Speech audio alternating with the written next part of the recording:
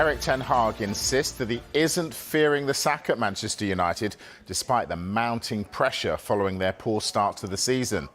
After Sunday's heavy defeat by Tottenham, which has left United 13th in the Premier League, Ten Hag faces a crucial 4 days with his side facing Porto in the Europa League before Villa on Super Sunday. You yourself say that it must get better, it has to get better. That wasn't a great performance against Tottenham. So do you make mistakes as well? Do you take responsibility too? We are there in together, and when the players have a bad performance, I'm in the same boat. Then I haven't done my job great because they didn't play as I expected them to do. So yeah, we are there in together, and we have to fight together to get out of this. What have the club's ownership and leadership group been saying to you? I know you talk to them regularly. I know they've given you your support as well. But what have they said to you in the last 24 hours? We're talking continually, but we are talking about how we can improve the process. Do you truly believe you are all aligned? All together, every single one of you? Yes, and we have seen this in this group. There's a good spirit, and even after all the setbacks, they kept going. If you see that spirit in this team, then you see this is a team. They want to fight for each other. And also you can see the fans, they are disappointed, but they kept with us. And they kept supporting us from the first moment till the last moment. We are in here, also there together. But in the meantime, you have to win. And I think we have proven the last 2 years we win. And I've proven in my career always I will win. The last 6 years I have 8 trophies. So we have to embed the game model. We have to embed a stronger team as we have now. So we have to work on our problems, give the solutions, and I'm sure we will achieve the targets we have set for this season. Finally, if it doesn't go well this week, these next two games, where will you be? Do you feel you will still be here? I'm not thinking about it. I'm not anxious as well. We are in here together. We made in the summer togetherness, the ownership, the leadership, this agreement, and we are all behind it. But also they know in the end, when we are in May, in all my last 6 seasons, always there were trophies, and that is what we are also now aiming for. Go well this week. Thank you. So, Kaveh Solokol, our chief reporter, joins us now. So, he's telling us about the trophies he's won. He doesn't fear the sack. Does that interview give you any sort of indication whether he's the sort of person who's thinking, I've got a week, 2 games to save my job? I don't think so. I think he came across as pretty relaxed. He didn't come across to me as somebody who is fighting to save his job. I know I may be biased, but I think that is probably the best interview I've seen with Erik Ten Hag since he became Manchester United manager. It's not easy to interview Erik Ten Hag. He doesn't normally give very much away. He's not a fantastic communicator.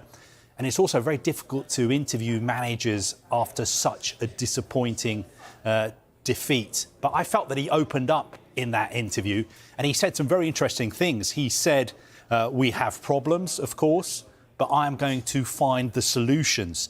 He said that he felt that the players and also his own bosses were still behind him. And he talked about the fact that he still feels that United are a side in transition. He made this point a couple of times, that they have decided to go in a different direction by having young players. And if you have young players, it's going to take time for them to develop into a cohesive unit. So it sounded like he was asking for more time. One thing that really stood out for me is not once, but twice, he made the point that in the past 6 years, he has won 8 trophies. So to me, that was Erik Ten Hag just reminding everybody outside Manchester United and also people inside Manchester United. He's reminding his bosses that I am a winner. Stick with me. Past 6 years, I've won 8 trophies. If you stick with me, we will win more trophies. And Juliet asked him directly, what is your target for this season?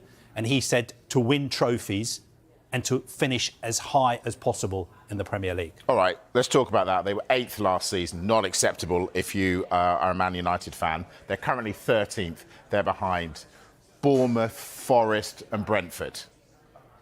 How much longer can this go on? I think if you're asking me, does Erik Ten Hag have 2 games to save his job? Does everything depend on these next 2 games against Porto and Aston Villa? I don't think it's as clear-cut as that. I don't think we should be talking about a manager who's only got 2 games to save his job. I think what's much more important is the performances.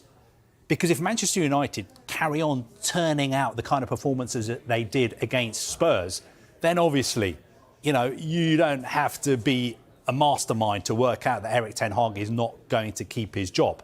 But I still think, even if they lose against Porto and Aston Villa, if the performances are improved, if the performances are good, if you can see that the players are playing for Erik Ten Hag, then his job is totally safe. I think indirectly in that interview, he was asked whether he felt that his job was on the line. And to me, he didn't sound like somebody who was too worried. He said, we are going to be successful. We will see. Carve Solocol, our chief reporter. Well, they're off to Porto. In fact, they are in Porto now. Beautiful second city of Portugal. Now, Ten Hag oversaw Manchester United training today before they flew. Bruno Fernandes, Marcus Rashford there, the start of the session.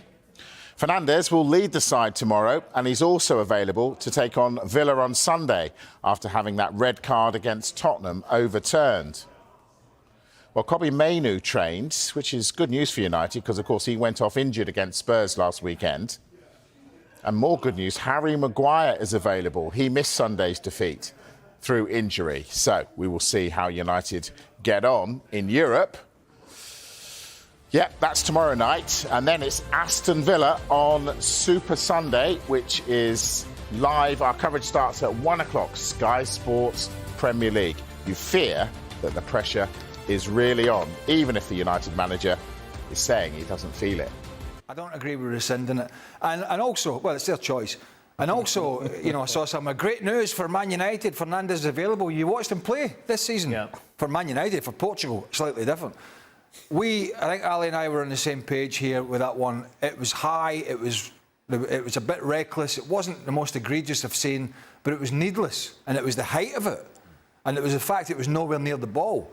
So the fact that they've come out and the referee and the VAR have looked at it and gone, I'm okay with that. I'm okay with it. The fact they've rescinded this, for me, is strange. Yeah, Gab, we very rarely see this happen. Are you surprised by this?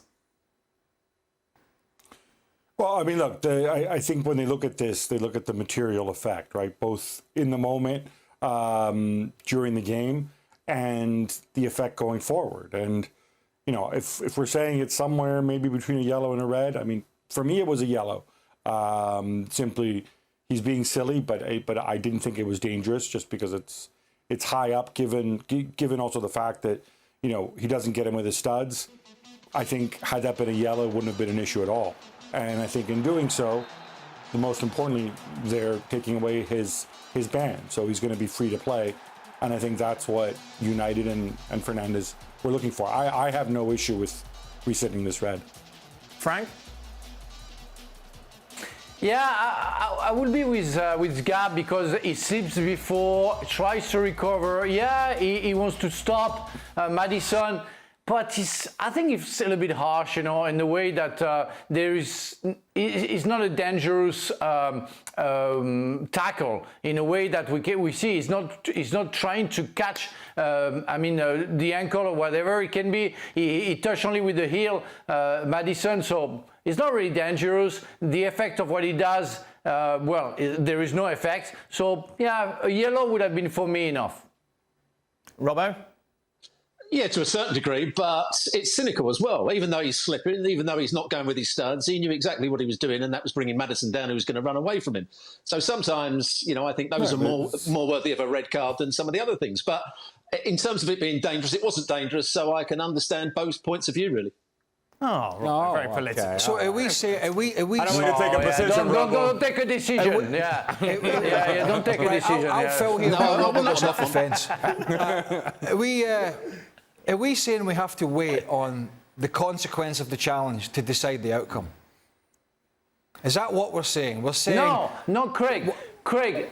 No. We're not saying that. I'm sorry, Craig. We're not waiting. It would have been, with the soul, he would have caught, his knee. I would have said yes immediately. But we can see that the impact, the contact, is not dangerous. That's why I'm saying that. I'm not waiting for the consequences of it. Well, it's not dangerous because it's a millisecond away from being dangerous. It's all about timing. The point is, it was a needless challenge. It wasn't a rational challenge that somebody would make, right? It just wasn't. I defy anybody to say to me that's how you would make that tackle for that particular play. It is not.